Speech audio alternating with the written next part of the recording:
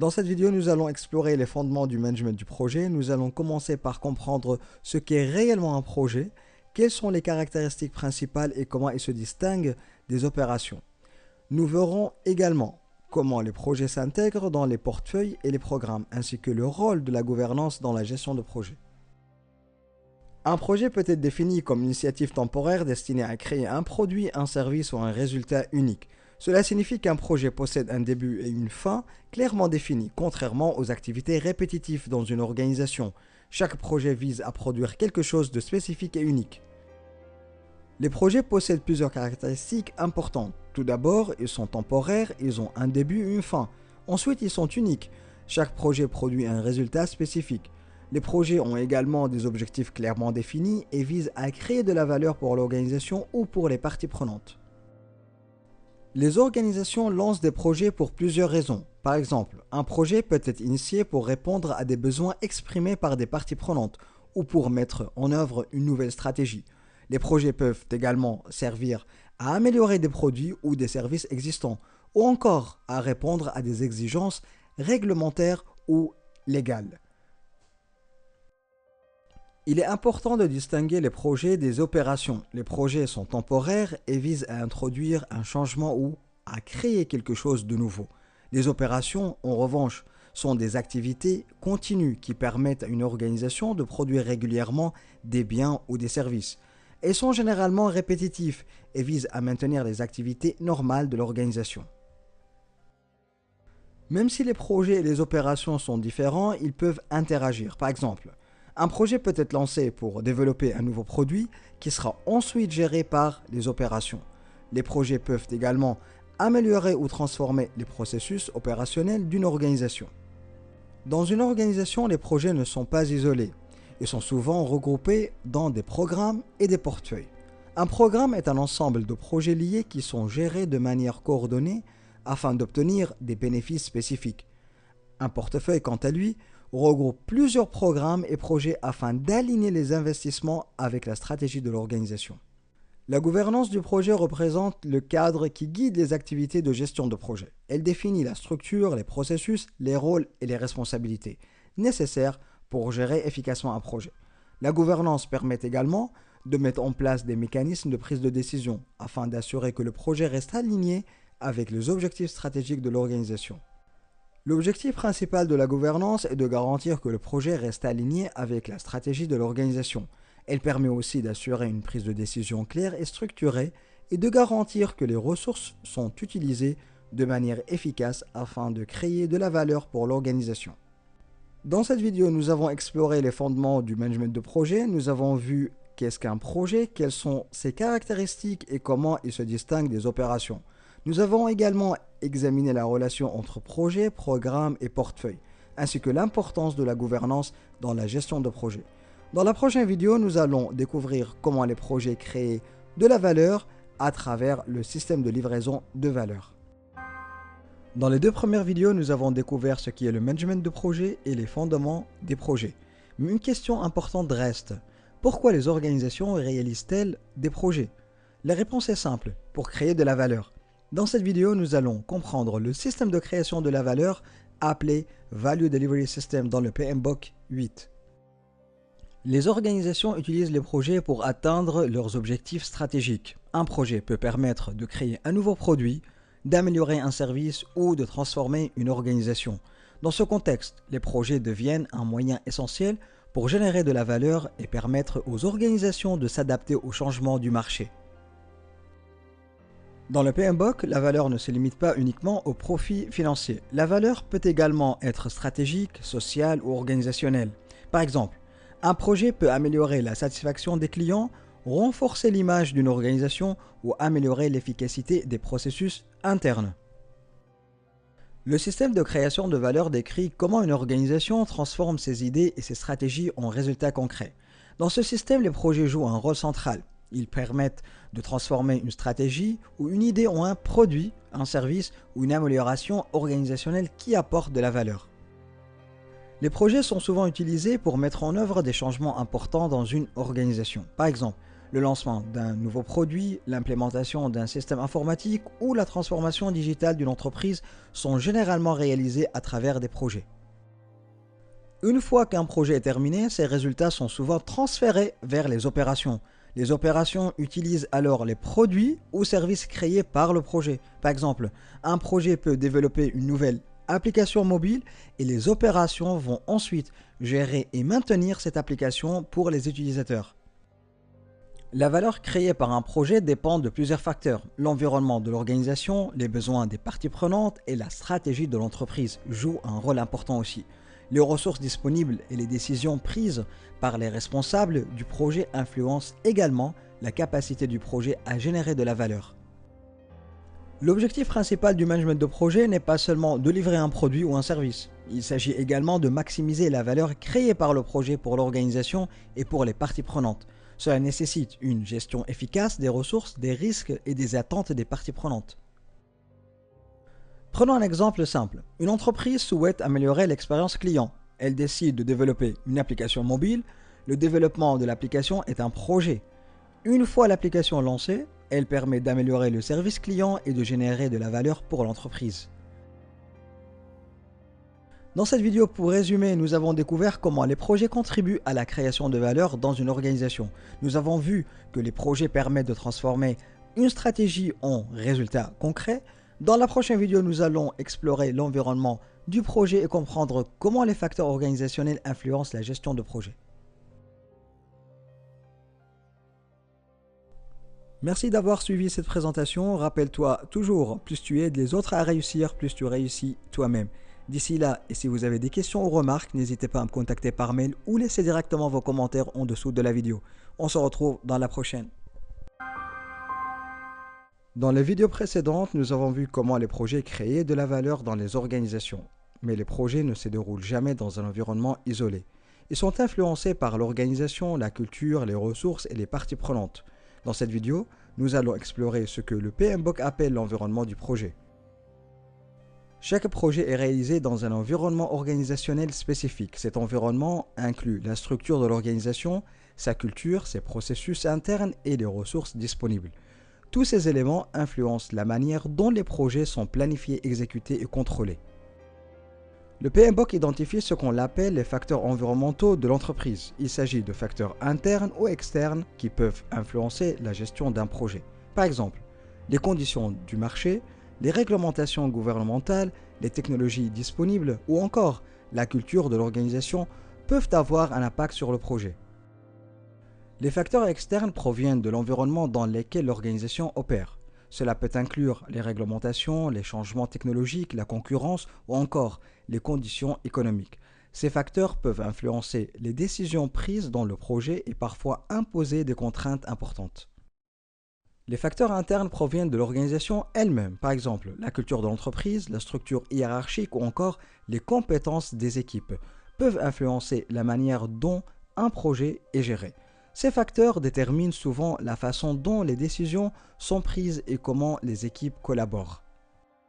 Le PMBOK parle également des actifs organisationnels, des processus. Il s'agit de ressources internes que l'organisation met à disposition des équipes de projet. Cela peut inclure des procédures, des modèles de documents, des bases de données de projets précédents ou encore des leçons apprises issues d'expériences passées. Ces éléments permettent d'améliorer l'efficacité des projets. La structure organisationnelle influence également la gestion des projets. Dans une structure fonctionnelle, les équipes sont organisées par départements, comme l'informatique ou le marketing. Dans une structure matricielle, les équipes peuvent travailler simultanément sur plusieurs projets. Dans une organisation orientée projet, les équipes sont principalement organisées autour des projets. Tous ces éléments ont un impact direct sur la gestion du projet. L'environnement organisationnel peut influencer la communication, la disponibilité des ressources et la manière dont les décisions sont prises. Comprendre cet environnement est essentiel pour gérer un projet efficacement. Le chef de projet doit comprendre l'environnement dans lequel le projet se déroule. Cette compréhension permet d'adapter l'approche de gestion du projet et de gérer les contraintes organisationnelles. Un bon chef de projet sait naviguer dans cet environnement pour maximiser les chances de réussite du projet. Dans la prochaine vidéo, nous allons explorer les rôles clés dans la gestion de projet, notamment le rôle du chef de projet et des parties prenantes. Dans la vidéo précédente, nous avons découvert l'environnement du projet et les éléments qui influencent sa gestion, mais un projet ne peut réussir sans les personnes qui y participent. Dans cette vidéo, nous allons découvrir les principaux rôles dans le management de projet et comprendre comment ces acteurs contribuent à la réussite du projet. Le Project Manager est responsable de la direction globale du projet. Il assure l'alignement entre les objectifs du projet et ceux de l'organisation et coordonne les activités de l'équipe. Concrètement, le Project Manager planifie le projet, gère les risques, suit la performance et assure la communication avec les parties prenantes. Le sponsor est généralement un membre de la direction. Il représente les intérêts de l'organisation et s'assure que le projet reste aligné avec les objectifs stratégiques. Il valide également les grandes orientations du projet. Donc le sponsor fournit les ressources nécessaires au projet, il facilite les décisions importantes et soutient le Project Manager lorsqu'il y a des obstacles ou des enjeux critiques. L'équipe projet. L'équipe projet est composée de personnes qui réalisent le travail nécessaire pour atteindre les objectifs du projet. La taille et la composition de l'équipe dépendent du type de projet, de sa complexité et des compétences nécessaires pour réaliser le travail. La collaboration entre les membres de l'équipe est essentielle pour la réussite du projet. Quant aux parties prenantes ou stakeholders, sont toutes les personnes ou organisations qui peuvent influencer le projet ou être influencées par ses résultats. Cela peut inclure les clients, les utilisateurs finaux, les fournisseurs, les dirigeants de l'organisation ou encore les autorités réglementaires. La gestion des parties prenantes est un élément essentiel du management de projet. Une bonne communication avec les parties prenantes permet de comprendre leurs attentes et de réduire les risques liés aux conflits ou aux malentendus. Et enfin, le succès d'un projet dépend de la collaboration entre tous les facteurs impliqués. Le Project Manager coordonne les efforts, le sponsor fournit la direction stratégique, l'équipe projet réalise le travail et les parties prenantes contribuent à orienter le projet vers les résultats attendus. Dans cette vidéo, nous allons découvrir le mindset du management de projet selon un PMBOK 8. Nous allons voir comment un projet doit être piloté avec une vision orientée valeur, qualité, leadership et durabilité. Le PMBOK 8 ne se concentre plus uniquement sur les processus, mais surtout sur la manière de penser et de prendre des décisions dans un projet. Le Project Management Mindset, ce n'est pas seulement une question d'outils ou de processus, mais surtout de manière de penser et d'agir dans les projets. Le PMBOK explique que le management de projet est plus qu'un ensemble de méthodes. Il représente un mindset, c'est-à-dire une mentalité qui permet d'exécuter la stratégie, de s'adapter aux changements et de générer de la valeur. Ce mindset est composé de croyances, de façons de penser et de comportements qui influencent nos décisions. Il se repose sur trois dimensions principales: proactive, ownership et value driven. Ces trois éléments définissent comment un project manager doit penser et agir dans un environnement complexe. La première dimension est proactive. Être proactif signifie anticiper le problème avant qu'il apparaisse. Dans un projet, il ne faut pas attendre qu'une situation devienne critique pour agir. Le management de projet encourage une vision globale afin d'identifier les risques, améliorer les processus et renforcer la résilience du projet. La dimension ownership, la deuxième, met l'accent sur la responsabilité et le leadership. Les leaders du projet doivent prendre des décisions responsables et créer une culture de collaboration et de confiance. Le but ici est de construire des équipes autonomes et engagées dans la réussite du projet. Le management de projet doit toujours être orienté vers la création de valeur. Un projet ne doit pas seulement produire des livrables, mais aussi générer des bénéfices réels pour les parties prenantes et l'organisation. Les décisions doivent donc être alignées avec les objectifs stratégiques et les besoins des clients. Maintenant qu'on a vu le Project Management Mindset ainsi que les trois dimensions principales du PMBOK 8, on va passer à une autre partie très importante. Le PMBOK explique que ce mindset ne reste pas seulement théorique, il doit être appliqué concrètement dans le projet à travers ce qu'on appelle les domaines de performance. Ces domaines permettent justement de transformer les principes du PMBOK en actions et en résultats efficaces dans la gestion du projet. Les principes du PMBOK sont appliqués à travers différents domaines de performance, comme on vient de le dire. Ces domaines représentent les grandes composantes du management de projet, comme la gouvernance, le périmètre, le planning, les risques ou les parties prenantes. Tous ces domaines travaillent ensemble pour améliorer la performance globale du projet. Les principes sont la base du management de projet. Les domaines permettent leur application dans la réalité opérationnelle. Ensemble, ils assurent la réussite du projet. Le principe Adopt a Holistic View signifie qu'un projet doit être vu comme un système complet. Le PMBOK explique qu'il faut considérer tous les composants du projet ainsi que leur interdépendance. Chaque décision prise dans une partie du projet peut avoir un impact sur les autres éléments. L'objectif est donc d'avoir une vision globale afin de mieux comprendre le fonctionnement du projet dans son ensemble. L'objectif principal de cette approche est de comprendre le projet comme un système connecté. Au lieu de gérer les activités séparément, le management de projet cherche à avoir les relations entre les équipes, les ressources, les risques et les parties prenantes. Cette vision permet d'anticiper les problèmes plus facilement et d'améliorer la coordination globale du projet. Donc, adopter une vision holistique apporte plusieurs avantages importants. D'abord, cela permet une meilleure compréhension globale du projet. Ensuite, cette approche aide à identifier les causes racines ou les root causes des problèmes, au lieu de traiter uniquement les symptômes. Enfin, elle facilite la recherche de solutions plus efficaces et mieux alignées avec les objectifs du projet. Plusieurs éléments sont essentiels dans cette approche. Le premier est la prise de décision intégrée, où les décisions sont prises en tenant compte de l'ensemble du projet. Ensuite, une bonne communication entre les parties prenantes est indispensable. Cette vision aide également à gérer la complexité du projet et à renforcer une gestion proactive des risques.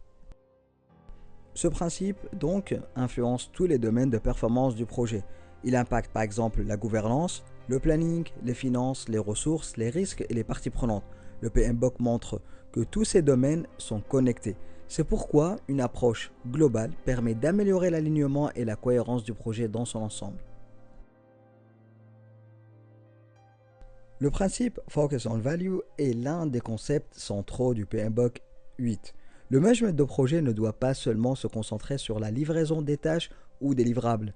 Le véritable objectif est de créer de la valeur pour l'organisation et les parties prenantes. Le PMBOK considère même la valeur comme l'indicateur principal du succès d'un projet. La valeur peut prendre plusieurs formes dans un projet. Elle peut être financière par exemple à travers une augmentation des revenus ou une réduction des coûts. Elle peut aussi être sociale, comme l'amélioration de la collaboration ou de l'impact organisationnel. Enfin, la perception du client est également importante, car un projet réussi doit répondre aux attentes et apporter une réelle satisfaction aux utilisateurs. L'objectif de ce principe est de livrer des résultats utiles et des bénéfices réels. Le PMBOK explique qu'un projet doit être aligné avec les objectifs business et les besoins des parties prenantes. Le succès ne dépend donc pas uniquement du respect du budget ou du délai, mais surtout de la valeur générée par le projet. Plusieurs concepts sont importants dans cette approche. D'abord, la valeur doit être évaluée continuellement pendant tout le cycle de vie du projet. Ensuite, le projet doit rester adaptable afin de répondre aux changements et aux nouvelles priorités. Enfin, toutes les décisions doivent être alignées avec le business case et les objectifs stratégiques de l'organisation. Se concentrer sur la valeur améliore fortement les décisions du projet. Cela permet d'optimiser les investissements et de maximiser le retour sur investissement. Cette approche encourage également l'amélioration continue et l'adaptation permanente du projet, afin de maintenir la création de valeur tout au long de son exécution. Le principe Embed Quality into Processes signifie que la qualité doit être intégrée dans toutes les activités du projet. Le PMBOK explique que la qualité correspond à la capacité de satisfaire ou même dépasser les attentes des parties prenantes. La qualité ne doit donc pas être contrôlée uniquement à la fin du projet, mais intégrée dès le début et tout au long des processus. La qualité doit être présente à deux niveaux. D'abord dans les processus utilisés pour gérer le projet, ensuite dans les livrables produits par l'équipe. Le but est de garantir que le travail réalisé respecte les attentes, les exigences et les critères définis par les parties prenantes. L'intégration de la qualité dans le projet permet plusieurs améliorations importantes. Elle aide à augmenter l'efficacité des équipes et des processus. Elle réduit également le gaspillage, les erreurs et le rework. Enfin, elle permet de garantir la conformité des livrables avec les exigences du projet. Le PMBOK présente plusieurs dimensions liées à la qualité. Parmi elles, on retrouve la performance, la conformité, la fiabilité, la satisfaction des utilisateurs, l'efficacité et la durabilité. Toutes ces dimensions permettent d'évaluer si les processus et les livrables répondent réellement aux objectifs du projet. Pour maintenir un bon niveau de qualité, plusieurs méthodes peuvent être utilisées. Le PMBOK recommande l'amélioration continue afin d'optimiser régulièrement les processus. Il insiste aussi sur l'élimination du gaspillage et sur la validation régulière des résultats pour détecter rapidement les problèmes et éviter les défauts. Une bonne gestion de la qualité a un impact direct sur la réussite du projet. Elle permet de réduire les erreurs et les coûts liés aux corrections. Elle améliore également la satisfaction des parties prenantes et la performance globale du projet. Au final, intégrer la qualité dans les processus aide à livrer des résultats plus fiables et plus efficaces. Le principe Be an Accountable Leader met l'accent sur le leadership et la responsabilité dans le management de projet. Selon le PMBOK, un leader ne doit pas seulement gérer des tâches, mais aussi influencer positivement, bien sûr, l'équipe par son comportement. Le leadership repose donc sur la responsabilité, l'influence et la capacité à guider les autres vers les objectifs du projet. Le PMBOK identifie plusieurs qualités importantes chez un leader efficace. La première est l'intégrité, car la confiance est essentielle dans un projet. Ensuite, un bon leader doit avoir une bonne conscience de soi afin de comprendre ses forces et ses limites. Le respect des autres et l'adaptabilité sont également indispensables pour collaborer efficacement dans des environnements changeants. Le leadership a plusieurs objectifs dans un projet. Il permet d'inspirer l'équipe et de maintenir sa motivation même face aux difficultés. Le leader aide également à prendre des décisions importantes et à orienter le projet dans la bonne direction. Son rôle est donc essentiel pour maintenir l'engagement et la cohésion de l'équipe. Un leadership efficace améliore directement la performance du projet. Il renforce la confiance entre les membres de l'équipe et les parties prenantes. Il facilite aussi la prise de décision et permet de mieux gérer les défis et les changements. Au final, un bon leadership contribue fortement à la réussite globale du projet. Le PMBOK explique également que le leadership n'est pas limité uniquement au project manager. Chaque membre de l'équipe peut démontrer des qualités de leader à différents moments du projet. Cette approche favorise la collaboration, la responsabilisation et une meilleure participation de toute l'équipe dans la réussite du projet. Le principe Integrate Sustainability consiste à intégrer la durabilité dans toutes les activités du projet. Selon le PMBOK, cela signifie répondre aux besoins actuels sans compromettre la capacité des générations futures à répondre aux leurs. Le management de projet doit donc prendre en compte les impacts environnementaux, sociaux et économiques dans les décisions et dans l'exécution du projet. L'objectif est de créer une valeur durable et responsable sur le long terme. Le principe de durabilité dans le PMBOK repose sur 3 dimensions principales. La première est la dimension environnementale, qui concerne l'impact du projet sur la planète et les ressources naturelles. La deuxième est la dimension sociale, liée au bien-être des personnes et des communautés. Enfin, la dimension économique vise à assurer la création de valeur et la viabilité du projet sur le long terme. L'objectif principal de la durabilité est de réduire les impacts négatifs du projet tout en maximisant les impacts positifs. Le PMBOK encourage les organisations à prendre des décisions responsables afin de créer des bénéfices durables pour les parties prenantes, l'environnement et la société. Cette approche permet de construire des projets plus équilibrés et plus responsables. Le PMBOK propose plusieurs approches pour intégrer la durabilité dans les projets. La première consiste à éviter les impacts négatifs lorsque c'est possible. Ensuite, il faut chercher à les minimiser. Lorsque des impacts existent déjà, il devient nécessaire de restaurer ou corriger la situation. Enfin, certaines conséquences peuvent être compensées à travers des actions positives ou des mesures correctives. L'intégration de la durabilité apporte plusieurs avantages importants. Elle améliore la réputation de l'organisation et favorise l'innovation. Elle peut également réduire certains coûts grâce à une meilleure utilisation des ressources. Enfin, cette approche augmente souvent la satisfaction des parties prenantes en montrant que le projet prend en compte des enjeux plus larges que les simples résultats financiers.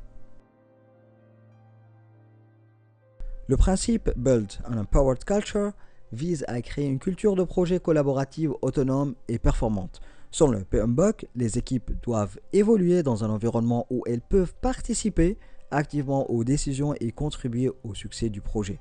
Cette culture favorise l'engagement, la confiance, une meilleure collaboration entre les membres de l'équipe. L'objectif principal de cette approche est de renforcer la confiance et la collaboration au sein du projet.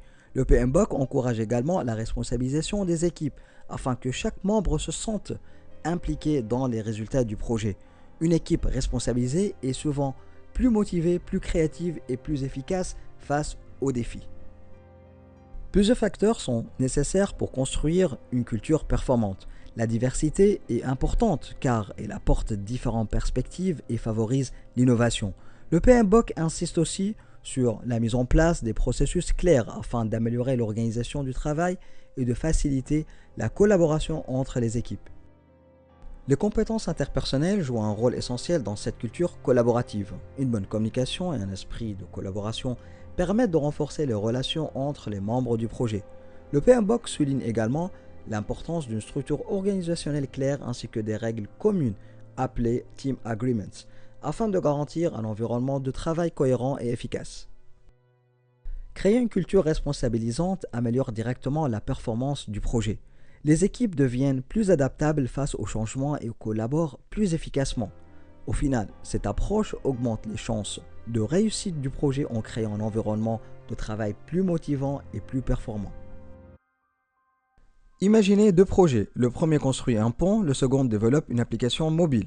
Est-ce qu'ils peuvent être gérés exactement de la même manière? Probablement pas. Certains projets nécessitent une planification complète dès le départ. D'autres doivent évoluer en permanence avec les changements et le retour des utilisateurs. C'est exactement pour ça que le PMBOK 8 introduit les cycles de vie de projet et les différentes approches de développement. Dans cette vidéo, nous allons découvrir les phases du projet, les approches prédictives, adaptatives et hybrides, et surtout comment choisir la bonne approche selon le contexte du projet.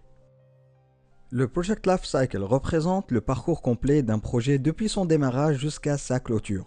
En d'autres termes, c'est la structure générale qui permet d'organiser le travail du projet en plusieurs étapes logiques. Peu importe le type de projet ou l'approche utilisée, chaque projet passe par un cycle de vie avec des phases, des activités et des livrables. Le cycle de vie aide les équipes à mieux planifier, contrôler et suivre l'avancement du projet. Un projet est généralement divisé en plusieurs phases. Ces phases regroupent des activités liées entre elles afin d'atteindre un résultat spécifique. Dans certains projets, les phases sont séquentielles, ce qui signifie qu'une phase commence uniquement après la fin de la précédente. Dans d'autres cas, certaines phases peuvent se chevaucher afin d'accélérer le projet. Le choix dépend du niveau de complexité, des risques et de la méthode de travail utilisée. Entre les différentes phases du projet, on retrouve souvent ce qu'on appelle des phase gates. Ce sont des points de contrôle utilisés pour vérifier si le projet peut continuer vers la phase suivante. À ce moment-là, l'organisation évalue les résultats obtenus, les risques, les coûts et l'alignement avec les objectifs du projet. Après cette analyse, une décision est prise. Continuer, ajuster ou parfois arrêter le projet. Ces contrôles permettent de limiter les risques et d'éviter de poursuivre un projet problématique. Au début d'un projet, il existe généralement beaucoup d'incertitudes. Les risques sont élevés parce que toutes les informations ne sont pas encore connues. Mais à ce stade, modifier le projet reste relativement peu coûteux. Avec le temps, les décisions deviennent plus précises et les risques diminuent progressivement. Par contre, les changements deviennent plus chers car une partie importante du travail a déjà été réalisée. C'est pour cette raison qu'une bonne planification au début du projet est très importante. Le cycle de vie d'un projet possède plusieurs caractéristiques importantes. Au début du projet, les coûts et les ressources sont généralement faibles, puis augmentent pendant l'exécution avant de diminuer à la fin.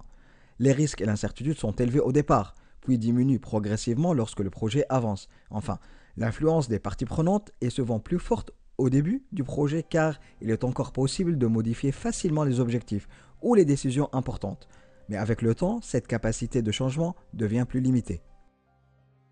Maintenant qu'on comprend comment un projet évolue à travers son cycle de vie, la question suivante devient très importante. Comment réaliser concrètement le travail du projet?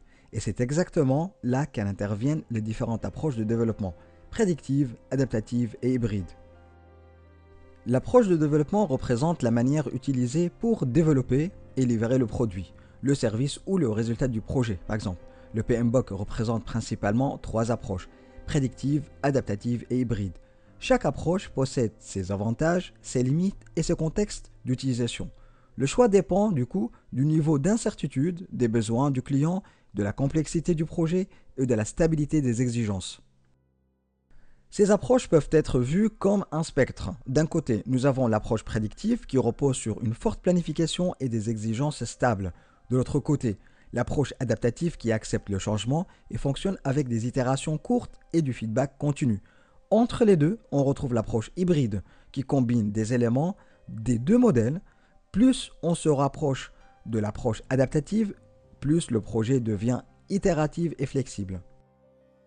L'approche prédictive, aussi appelée waterfall ou approche traditionnelle, repose sur une planification détaillée dès le début du projet. Le scope, le budget, les chantiers sont généralement définis très tôt.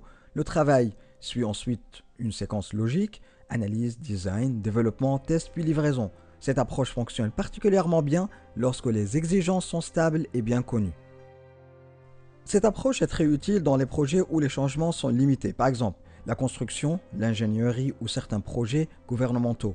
Dans ces environnements, il est important d'avoir une documentation claire, une forte traçabilité et un contrôle précis des coûts et des délais.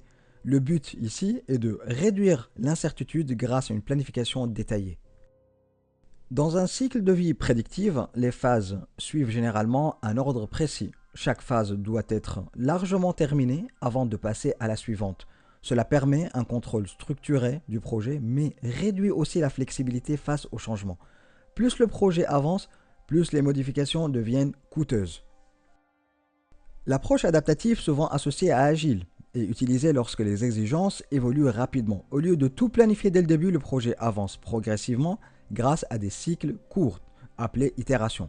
Après chaque itération, l'équipe reçoit du feedback et ajuste le travail selon les besoins réels du client ou du marché. Cette approche offre beaucoup plus de flexibilité que l'approche prédictive. Dans une approche adaptative, le travail est réalisé de manière incrémentale. L'équipe développe une petite partie du produit, la teste puis collecte du feedback avant de continuer. Chaque cycle permet d'améliorer progressivement le produit.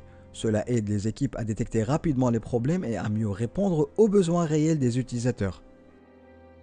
Il existe plusieurs méthodes adaptatives utilisées dans les projets agiles. Scrum est probablement la plus connue avec ses sprints et ses rôles définis. Kanban se concentre davantage sur le flux de travail continu. Lean cherche à éliminer le gaspillage et améliorer l'efficacité. Le choix dépend toujours du type de projet, de la taille des équipes et du niveau de flexibilité recherché. Cette approche est particulièrement efficace dans les projets innovants ou technologiques, par exemple développement logiciel, applications mobiles ou produits numériques. Lorsque les besoins du client changent rapidement, il devient difficile de tout planifier à l'avance. L'approche adaptative permet alors de s'adapter continuellement aux changements. L'approche hybride combine des éléments prédictifs et adaptatifs dans un même projet. Certaines parties du projet peuvent être structurées et planifiées, tandis que d'autres restent flexibles et itératives. Aujourd'hui, beaucoup d'organisations utilisent cette approche afin de profiter des avantages des deux modèles. Prenons l'exemple d'un projet de construction intelligente. La partie bâtiment peut suivre une approche prédictive avec des plans et des contraintes fixes.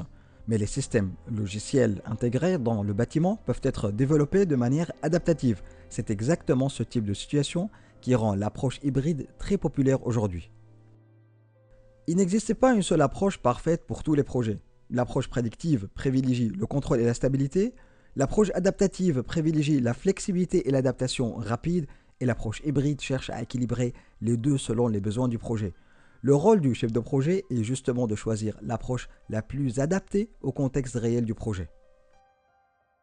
Maintenant qu'on comprend les différentes approches possibles, une question essentielle apparaît aussi. Comment choisir la bonne approche pour un projet spécifique? Et c'est exactement ce que nous allons voir dans la partie suivante. Choisir une approche de développement ne se fait pas au hasard. Le chef de projet doit analyser plusieurs facteurs avant de décider quelle approche utiliser. Le PMBOK regroupe ces facteurs en trois grandes catégories. Le délivrable, le projet lui-même et l'organisation. L'objectif est de sélectionner l'approche qui permet de maximiser la valeur tout en réduisant les risques et l'incertitude. Le premier élément à analyser concerne les délivrables du projet. Si le produit est innovant ou par exemple que les exigences risquent de changer fréquemment, une approche adaptative sera souvent plus adaptée. En revanche, lorsque les exigences sont stables et bien définies dès le départ, une approche prédictive peut être plus efficace. Le niveau de réglementation, les contraintes de sécurité et le besoin de feedback client influencent également le choix de l'approche. Le choix de l'approche dépend aussi des caractéristiques du projet lui-même. Par exemple, un projet complexe avec beaucoup d'incertitudes nécessitera souvent plus de flexibilité. Les contraintes de temps peuvent également influencer la décision. Si le projet doit livrer rapidement de la valeur, une approche adaptative ou incrémentale peut être préférable. Les compétences de l'équipe jouent aussi un rôle important, car certaines approches demandent un niveau élevé de collaboration et d'autonomie. L'organisation elle-même influence fortement le choix de l'approche aussi. Certaines entreprises possèdent une culture très structurée et orientée contrôle, ce qui favorise les approches prédictives. D'autres organisations sont plus flexibles et encouragent l'autonomie des équipes, ce qui facilite l'utilisation des approches agiles ou adaptatives. La maturité de l'organisation, la taille des équipes et leur localisation peuvent également avoir un impact important. Au final, le but n'est pas d'utiliser agile ou prédictif simplement parce qu'une méthode est populaire. Le véritable objectif est de choisir l'approche la plus adaptée au contexte du projet. Une bonne sélection permet de mieux gérer les risques, améliorer la collaboration et surtout créer davantage de valeur pour les parties prenantes. Le PMBOK insiste justement sur cette capacité d'adaptation plutôt que sur l'application rigide d'une seule méthode.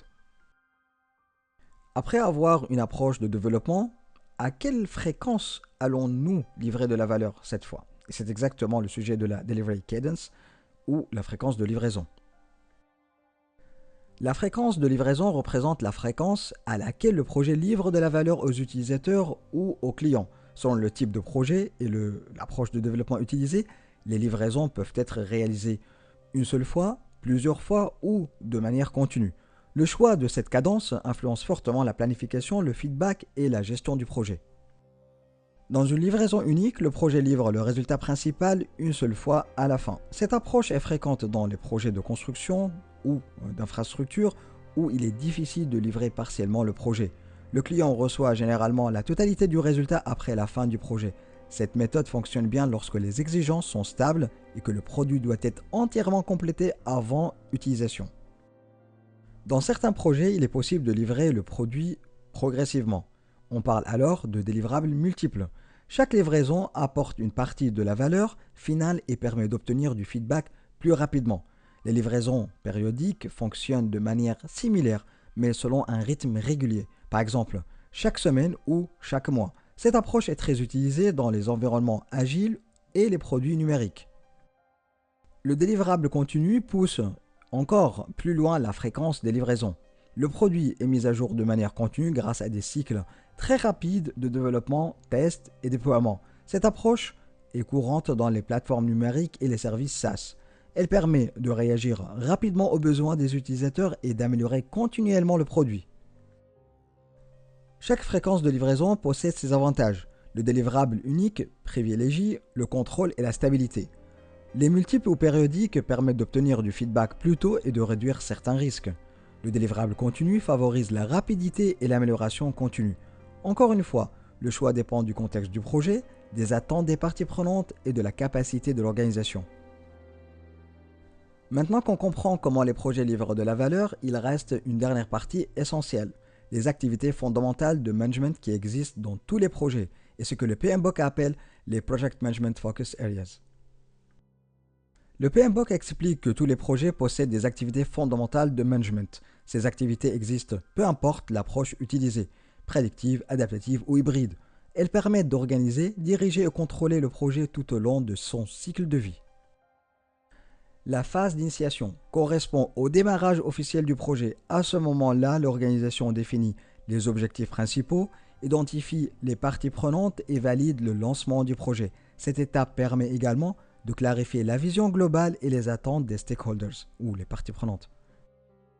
La phase ou l'étape planification consiste à préparer le travail du projet avant son exécution. L'équipe définit le scope, les délais, le budget, les ressources nécessaires et les risques potentiels. Le niveau de détail du planning dépend fortement de l'approche utilisée. Dans prédictive, le planning est généralement très détaillé dès le début. Dans l'adaptative ou l'approche adaptative, il évolue progressivement avec le projet. La phase d'exécution correspond à la réalisation concrète du travail du projet. Les équipes produisent les livrables, collaborent entre elles et communiquent avec les parties prenantes. Le project manager coordonne les activités afin d'assurer que le projet avance dans la bonne direction. Pendant toute l'exécution du projet, les performances doivent être surveillées, bien sûr. Le monitoring permet de comparer les résultats réels avec le planning prévu afin d'identifier les écarts et prendre des actions correctives. Ensuite, et à la dernière étape, la clôture du projet permet de finaliser les activités, obtenir la validation finale et capitaliser les leçons apprises pour les projets futurs. Le PMBOK 8 adopte une approche beaucoup plus flexible que les anciennes versions. Il ne recommande plus une seule méthode universelle. Au contraire, il encourage les organisations à choisir l'approche la plus adaptée au contexte du projet, au niveau de l'incertitude et aux besoins des parties prenantes. L'objectif final reste toujours le même, créer de la valeur de manière efficace et durable. Dans cette vidéo, nous avons découvert le cycle de vie des projets, les différentes approches de développement, ainsi que les principales activités de management de projet selon le PMBOK 8. Nous avons vu que chaque projet est unique et qu'il est essentiel d'adapter la manière de travailler au contexte réel du projet. Dans les prochaines vidéos, nous continuerons à explorer les concepts clés du PMBOK 8 et leur application dans des projets réels. Merci d'avoir suivi cette présentation. Rappelle-toi toujours, plus tu aides les autres à réussir, plus tu réussis toi-même. D'ici là, et si vous avez des questions ou remarques, n'hésitez pas à me contacter par mail ou laissez directement vos commentaires en dessous de la vidéo. On se retrouve dans la prochaine.